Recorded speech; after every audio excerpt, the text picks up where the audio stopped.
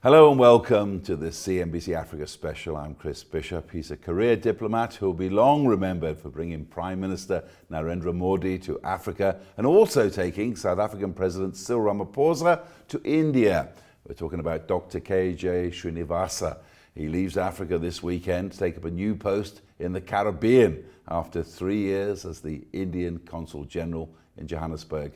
After he's worked in the Indian diplomatic missions and also in Madrid, Lima and San Francisco. Eventful and exciting times in this country indeed. Thank you very much for joining us, Consul General. And you're going off to be based in Georgetown, Guyana. Indeed. And what's going to be your new ambit in the Caribbean? A very warm greeting to you. And it's always great to be at CNBC Africa. I will be posted in Guyana as the High Commissioner of India with concurrent accreditation to a few other countries in the region and also as the permanent representative to the CARICOM. Okay, so you've got your plate, but it's been full there, but it's been a very, very interesting 3 years in South African politics and international politics here. What was your experience like here during your time? South Africa has always been dear to all of us. Back home in India, we all begin our school studies, basically in high school, we all read about South Africa's struggle, about Madiba, and all the great people who actually fought for the country, egalitarian status and everything. So India has always been at the forefront of that struggle, be it at the UN or in, like I remember, early 1990s, India actually welcomed South Africa to the world through cricket. We remember Kepler vessels, we remember Clive Rice very fondly. So for me, being posted to South Africa was a dream come true. So I was really excited when I came here, and of course, as you mentioned, it was a time of political turmoil and a lot of issues happening. But that presented a great opportunity for diplomats like us. South Africa is a great country with humongous potential. Yeah. But you were instrumental in bringing Prime Minister Modi to this country for the BRICS conference last year. I remember I was there. How difficult was it to actually get him to make this, what turned out to be quite a momentous visit? It's always a visit of that stature. It's done by my whole ministry. So we are just the on-the-spot players, if you may like to call that. So for us, Prime Minister Modi's visit to South Africa, especially for the BRICS, BRICS is one of the biggest conglomeration of big economies. And for us, it signifies the unity of the developing world. And his visit to South Africa changed many paradigms. And also he had the first interaction with President Ramaphosa. And after that, they hit it off, as they say. So they have met about 4 times. They met at the G20 summit, at the Commonwealth Heads of Government, and then also President Ramaphosa came to India as the chief guest for the 70th Republic Day celebrations. So they have developed that rapport, and BRICS conference was very instrumental in building that first link between the two leaders. So since the BRICS conference last year with Prime Minister Modi and then Cyril Ramaphosa's subsequent visit to India, which was, I understand, a great honour for a foreign president to be brought in on that, how has it changed the economic relationship between India and South Africa? Both the leaders are pro-business, reform-minded, and they have continued their discussions to improve the bilateral relations between the two countries. We currently have a bilateral trade of about $10 billion, which we believe there is a lot of scope to double it in the next 5 years. So both the countries are really working hard on that. South Africa is very expert sort of, if I may call so, in deep mining, in agro-processing, in FinTech ventures, and India needs this expertise. So we are one of the top leaders in startups, if you would have observed. In fact, the government of India has started many projects on startups, on manufacturing, Make in India we call it, and Digital India we call it for the IT sector. So these are the particular sectors where we could collaborate, and there are already plans afoot. In fact, President Ramaphosa's plans to get about $100 billion of FDI in the next 5 years, it dovetails perfectly into India's ambitions also, because Indian companies are always cash rich. Trust me, we are a very conservative economy, but at the same time, our companies are more forward looking. In fact, during the recession in 2008 and 9, our companies were able to acquire companies across the world. Like Tata went and bought Jaguar, Chorus, Steel, and all those things. So we believe that this synergy that has developed between the two countries, thanks to these two leaders, will continue to help us.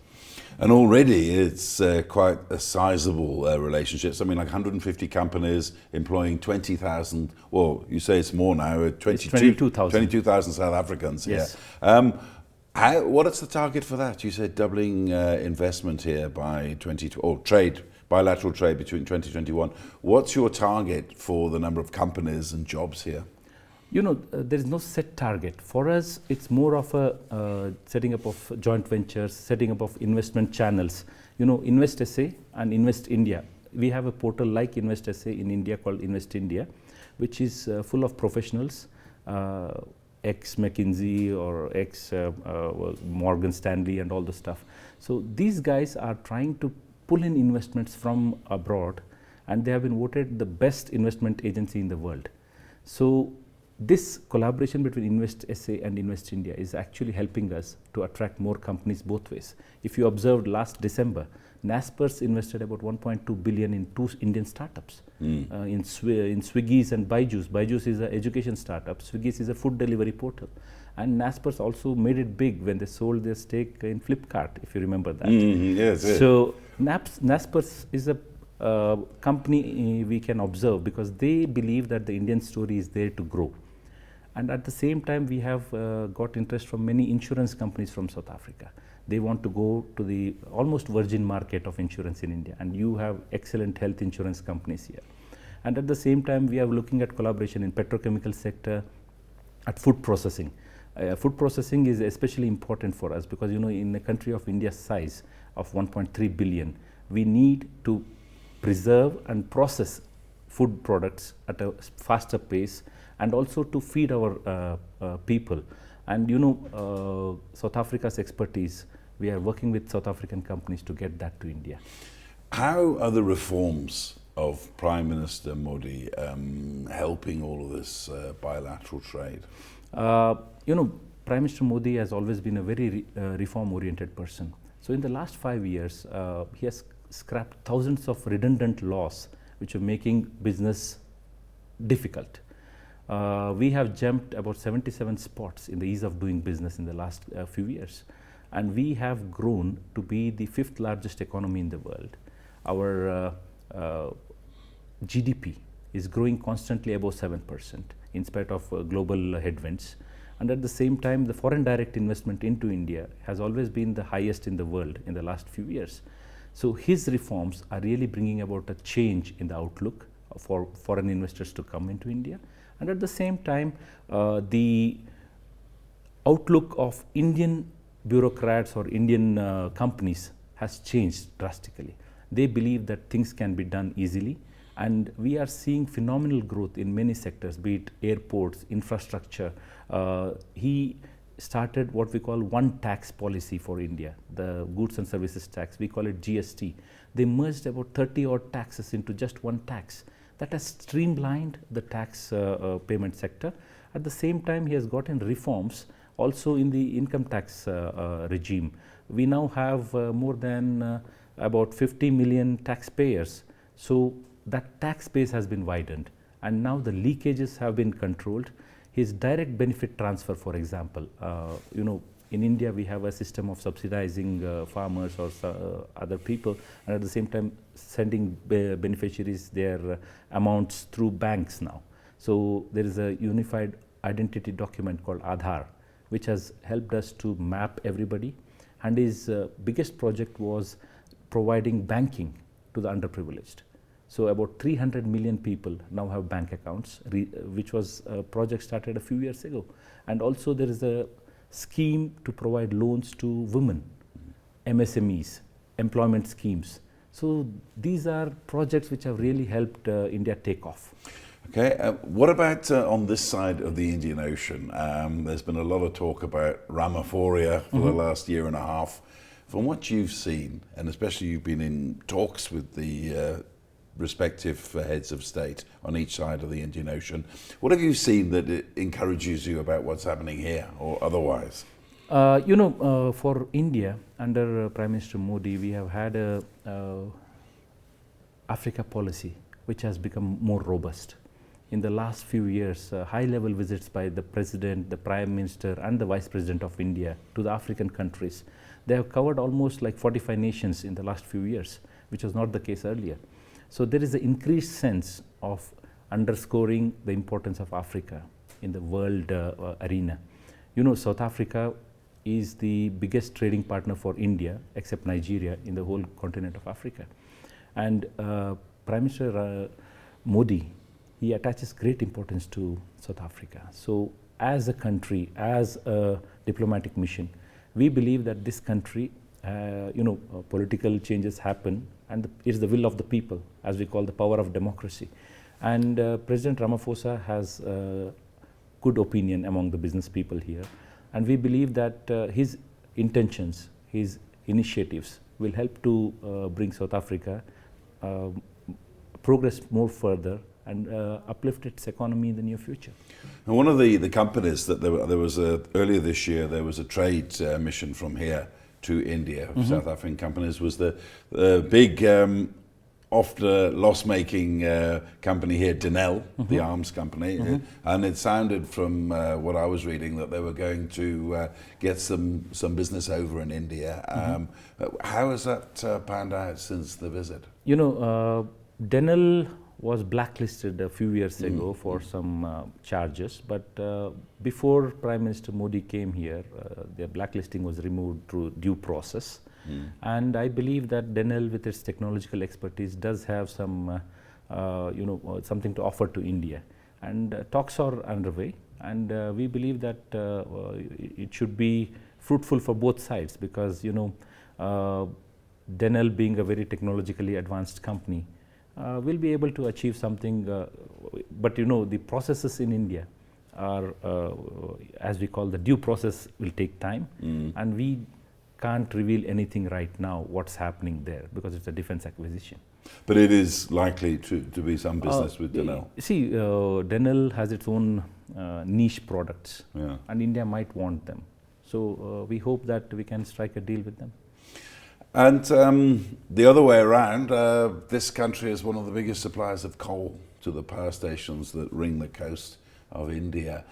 How much is that demand likely to grow as the economy starts to show signs of growth, more growth in India from here?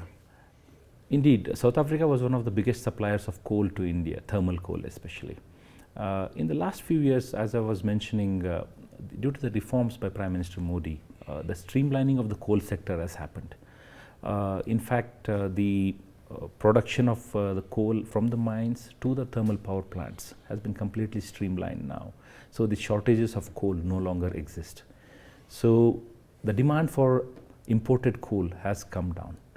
But as the population grows, there is a high demand for electricity, and to build new plants, we might need more coal. At the same time, you might be aware that Prime Minister Modi ensured the electrification of the last 10,000 villages in India in the last few years. So the demand is there, and we believe that not only coal, but the technology to the coal to gas, for example, that could be an important game changer for all of us. So how do you think it might grow? You think the exports from Richards Bay Coal Terminal here of thermal coal in the next 5-10 years, maybe? We can't project anything right now, because it all depends on the dynamics of the coal pricing and also the progress of the construction of new thermal coal plants in India, because India has gone green in a big way. So Prime Minister Modi's emphasis on promoting renewable energy. We are building lots of solar plants, wind energy plants, and his initiative called the International Solar Alliance has gathered momentum across the world. This is an alliance of like-minded countries. So India and France were the co-founders of it. So what we want is that these countries should invest in technologies for solar power and we are able to garner the support of big companies to help us in that. So, what's likely to be the more companies that are coming here from India to South Africa in the next few years as well? Already we have the big names, the Tatas, the Mahindras, the Wipros, all sorts of companies. But we believe that companies which are into food processing, for example, they might want to do joint ventures with South African companies, where more IT companies will obviously come, but the biotechnology is one sector which is highly untapped from India. So also is the health and pharma care. Health and pharma is one of the most important necessities. Education is one sector which we are looking at, because India produces the highest number of science graduates. We are number 2 in the world after China, of course. So we believe that collaboration in education could bring about more results with South Africa, because science and maths are our forte, and we are happy to develop that collaboration with South Africa. One point I want to mention about skills development. Prime Minister Modi has started a skills development initiative called Skills India with a big budget to train and empower young people to be fit for jobs that they want to join. So in continuation of that, we are now collaborating with countries abroad, and one of the countries is South Africa. So in the TVET college in Pretoria, so India will be spending about $5 million to bring in machinery, to train people in 4 particular jobs, which was actually agreed upon with the South African government. And we are going to continue that process. Last year, we had a soft opening by Minister Naledi Pandor of the institute. By end of this year, we believe that the institute will be ready. And this would be an example of collaboration between the 2 countries. And how many trained people is that going to yield? Trained people, and for us, it's not going to be a permanent Indian presence. We are going to train people, train the trainers, and we are going to move out. We are going to leave the machinery, the skills, everything here, so that South Africa develops its own setup. What about the China factor in Africa right now? A lot of Chinese companies are very aggressively looking to move in across the continent. Is India feeling the competition there? India does not like to comment on such things.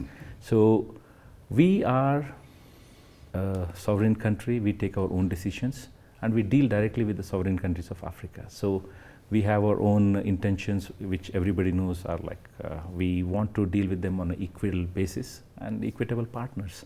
So we are happy with collaborating with all the African nations and the developing countries. What big investments do you think are in the pipeline at the moment from India into Africa? One recent investment which came was from Vedanta. Vedanta invested close to $1 billion in the Northern Cape zinc mine, actually, called Johannesburg. And President Ramaphosa was there early this year for the inauguration. So that's one of the big investments, and we believe that investment into the auto sector will be more. We already have the Tata Motors, the Mahindra Motors, and we have 2 companies, Motherson Sumi and KLT Automobiles, which provide auto parts. But auto parts and automobiles are one sector we believe we can work on, and then the investment into IT would come in more, and we want to work together on the startup front also. So renewable energy is one more sector. And how do you think that's likely to grow in the coming years? Renewable energy, in cooperation between India and South Africa. India has many companies which are experts in technology for renewable energy, but so also South Africa. So the synergies exist. So the existence of the synergies will be very useful for the complementarities. So already we have a few Indian companies executing turnkey projects in South Africa, like they build, operate and transfer. So we are hopeful that the renewable energy sector in South Africa will be useful to build the joint ventures that we want. Now, a few years ago, it was very fashionable to talk about this South-South cooperation between the BRICS nations. As you leave Africa, what health do you think that relationship's in? The colonial history shared by both India and Africa, and particularly South Africa. We have a distinct relationship between both countries. Both the countries know what were the ills of this system. So this cooperation will continue. You may call it by any name, South-South cooperation or India-South Africa relations. So there will not be much change in any of the outlook, even though countries might want to name it differently. Well, thank you very much indeed for your time and insights indeed, and may we wish you the best of luck from CNBC Africa, your new post in the Caribbean. Thank you very much indeed. Thank you so much. It's always a pleasure to be at CNBC Africa. Thank you very much indeed. Well, that was Dr. K J Srinivasa, who's leaving Africa this weekend to take up a new post in the Caribbean after 3 years as the Indian Consul General here in Johannesburg. Thank you very much. That's all we got time for on this CNBC Africa special. From me, Chris Bishop, it's goodbye.